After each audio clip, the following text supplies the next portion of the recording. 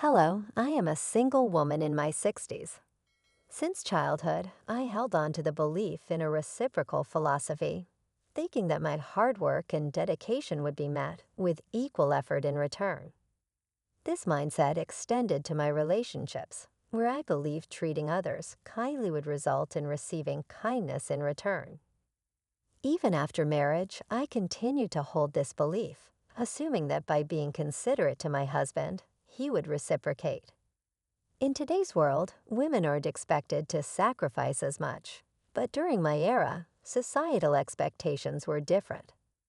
I willingly made sacrifices for my husband and children, confident that my efforts would contribute to future happiness. However, my marriage and family life didn't unfold as expected.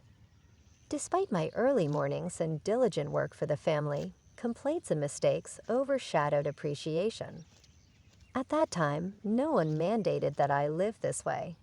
I was an ordinary person who married a coworker, 4 years my senior, due to societal expectations.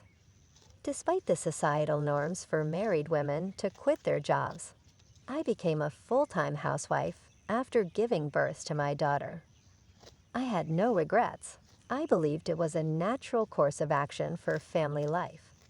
Though my life wasn't glamorous like TV dramas, it felt easy and stable. Around my daughter's ninth grade, tragedy struck when my mother passed away suddenly from a heart attack. While mourning her loss, I discovered my husband's affair.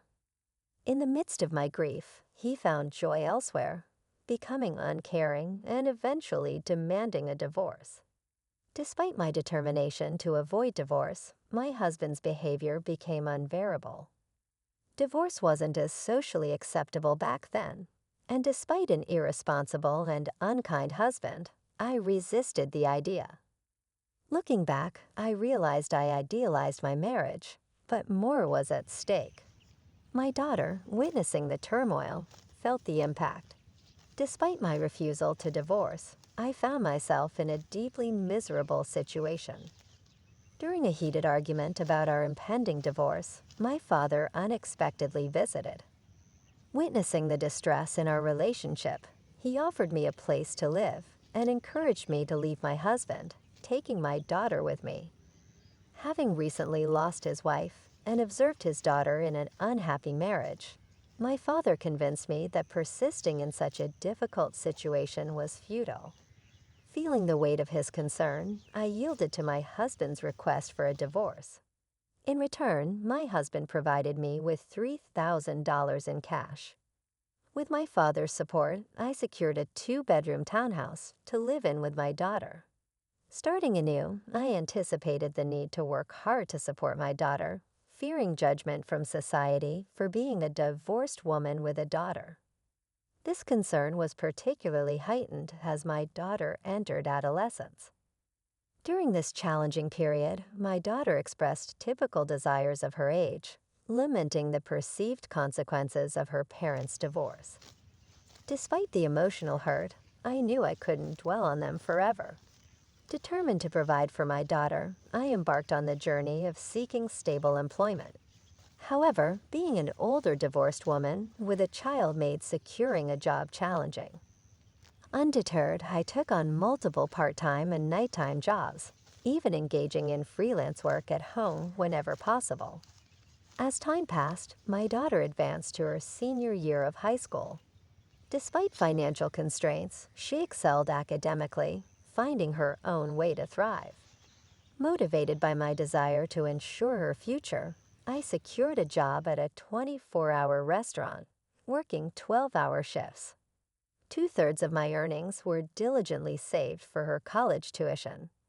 Despite facing judgment and gossip, especially from some married men who viewed me as an easy target, I persevered for the sake of my daughter.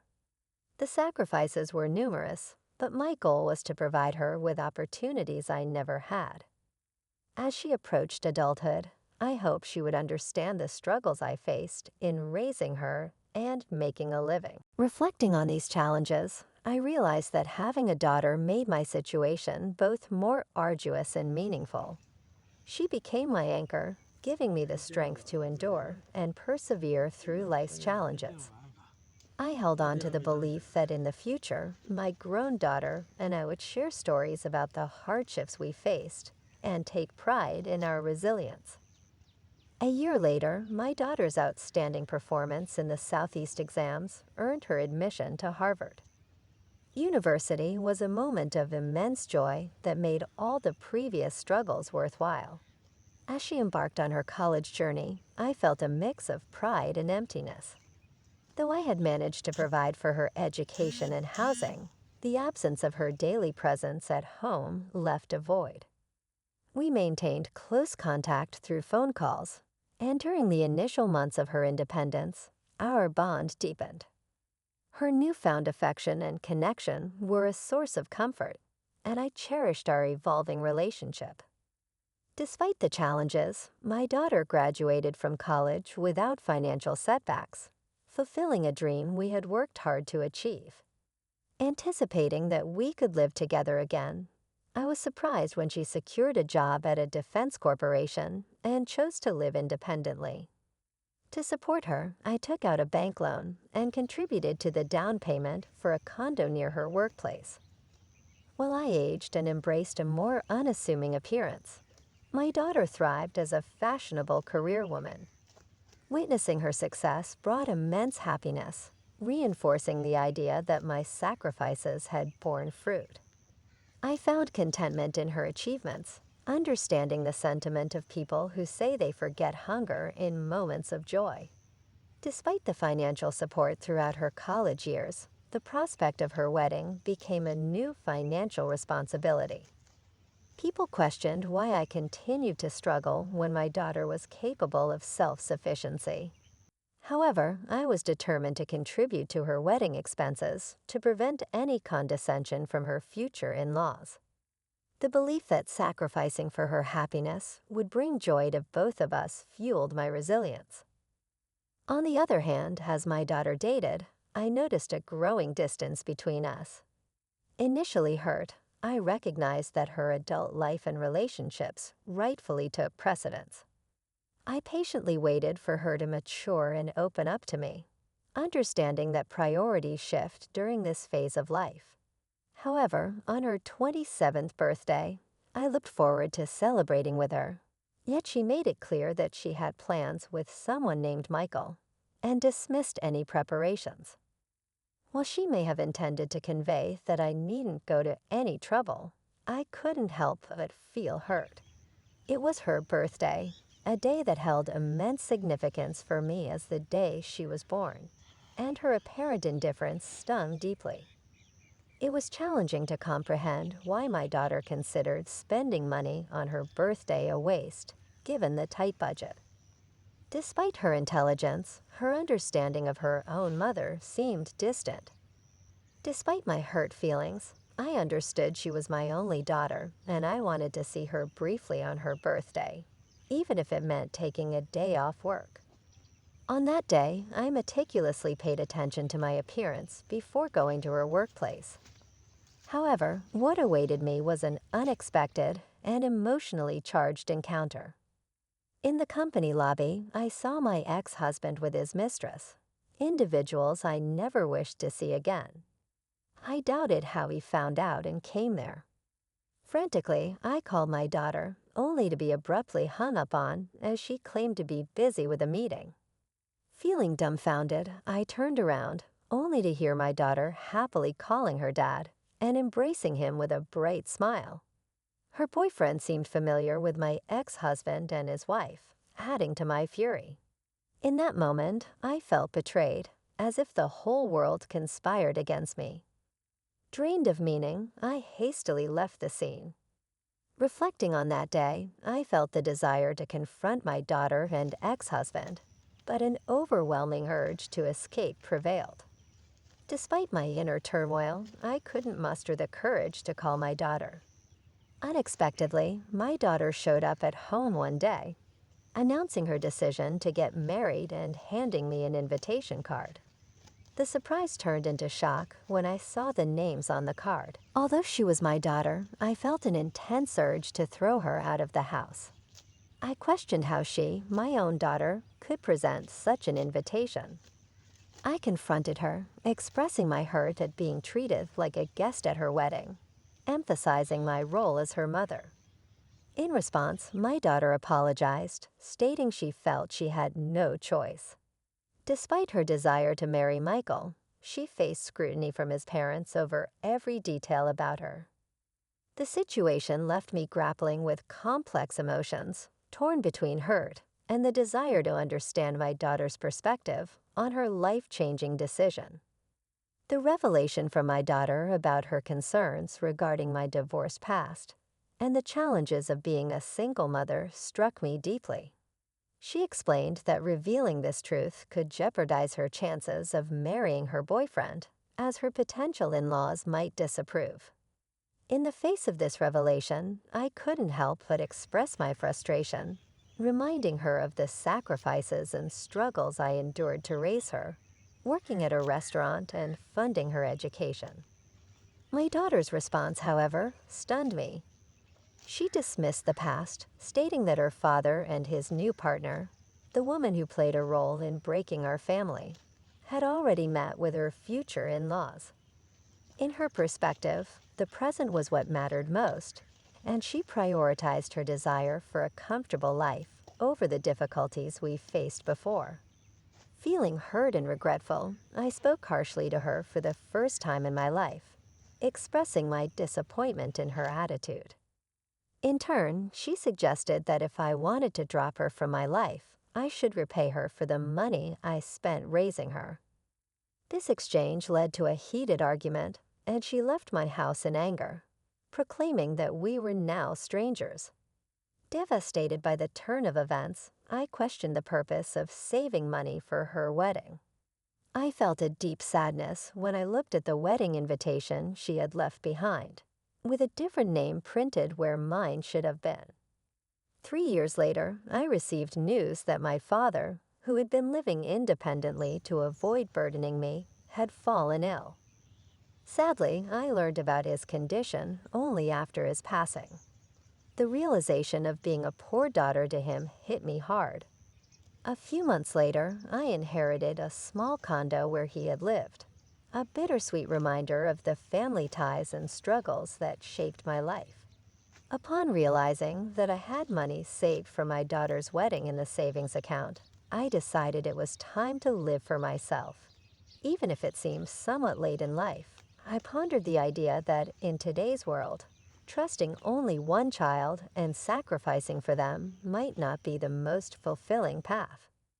It was a realization that I should prioritize my own desires and needs before it became too late for me to enjoy life. As I contemplated this shift in perspective, a real estate broker and close friend from the restaurant where I worked suggested that I consider what I truly wanted to do. Despite societal expectations for women to sacrifice, I felt the desire to break free from that mold and live for myself. I harbored a feeling of regret and sorrow for the sacrifices I made over the years, and I yearned to pursue personal fulfillment. Inspired by my friend, I embarked on studying the real estate business and even delved into auction bidding. With some savings and money from selling my late father's condo, I seized the opportunity to take on a new challenge. In a surprising turn of events, I became a building owner overnight, residing in a prime location. 6 months later, after returning from a mountain climbing adventure, I found myself on the top floor of my building, now transformed into my home.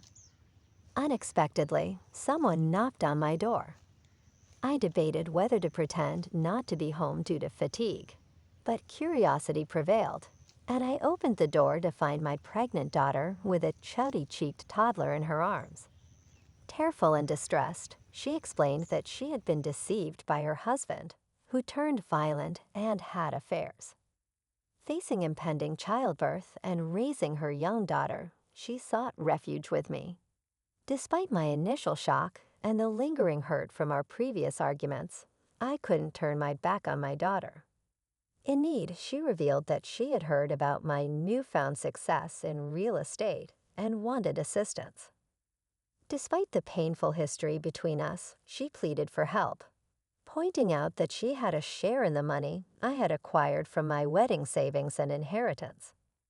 Caught between anger and compassion, I couldn't deny my daughter's plea for help.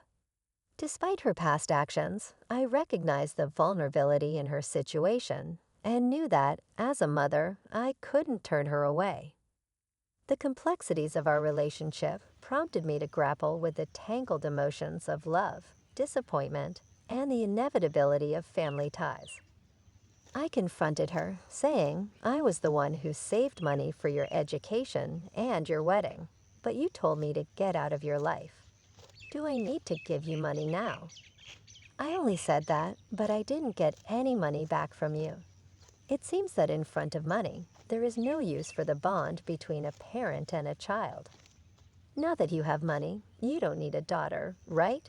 No matter what, I am still your daughter, so I have a right to your money too. I was once very proud of you, thinking that it was because of me that you were able to attend Harvard. But now I see that it was all in vain. I guess I was too busy making a living that I couldn't teach you to be a decent human being. I raised you as someone who is so selfish and can only think of yourself. I don't plan to give you one penny. So you can either go back to your husband or your wonderful father. You are too mean. Could you abandon your own daughter? Do you think other people would care for me at all? That wife already ran off with the money, and he has disappeared, trying to look for her. If you abandon me, I'll become an orphan. Now I have a child and I'm pregnant. So how could you be so mean to me? Would you be happy if I died like that? When she screamed at me, I couldn't put up with her any longer. So I took out all the money I had in my wallet and threw it at her. Since you are acting so pathetic, I'll give you that. However, never come back to my house because I won't let you in. There's something I learned in the meantime, just that your life is important now, and my life is important. You cannot put me in and out of your life at your whim. I coldly let my daughter and her child out of my house. Of course, I would not feel good about it since she was my daughter after all. However, I couldn't accept her because she was still as selfish as before, and I couldn't bury the past. However, I felt sorry for my little granddaughter, who was innocent and got kicked out together with her mom. After that, my daughter was too proud and never came to see me again. To be honest, I knew that she was such a daughter. Had she repented for her past actions and begged me for forgiveness, I would have pretended I was reluctant, but would have found ways to punish her wayward husband. But I was so disappointed that if she erased me from her life to marry her husband, she should have lived happily. Why did my husband and my daughter turn out that way? Even though I lived a hard life, now I see that the only person living the life I want is me alone. Thus, if anyone is living a life like I did on behalf of others, I want to say this one thing for sure. No matter how strong your relationship is with another person, be sure to take care of your life first. Even if everyone in this world betrays you, you will not betray yourself in the end. Happiness is not what you do for others, but what you do for yourself. I want to give that message through my story here. Even though it may seem like a life that's only felt half, I plan to try to fill that remaining half for complete happiness. Thank you for listening to my story. I hope all goes well for you today, and that good fortune will be with you. Please cheer for me and leave your comments of wisdom in the comment section. Pressing like and subscribing is a big help to me. Have a wonderful day, everyone.